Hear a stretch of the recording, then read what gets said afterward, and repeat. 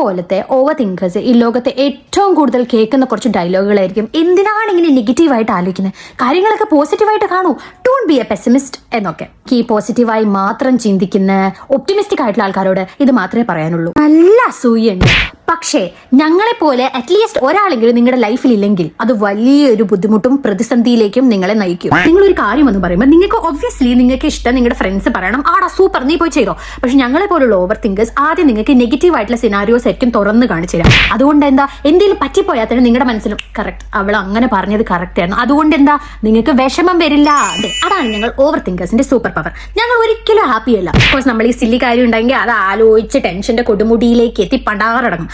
പക്ഷെ ഞങ്ങൾ ഒരിക്കലും സാഡും അല്ല. കാരണം എന്താണ്, ഈ വരും വരായികളൊക്കെ ഞങ്ങൾ ഓൾറെഡി പ്രെഡിക്റ്റ് ചെയ്തിരുന്നു. നമുക്കറിയാം ഇത് വരുമായിരിക്കാം, ഇത് വന്നാൽ എന്ത് ചെയ്യും എന്നുള്ളതൊക്കെ നമ്മൾ ഓൾറെഡി പ്ലാൻ ചെയ്ത് സെറ്റ് ചെയ്ത് വെച്ചേക്കണം. അതുകൊണ്ട് നമുക്ക് ഡിസപ്പോയിന്റ്മെന്റേ ഇല്ല.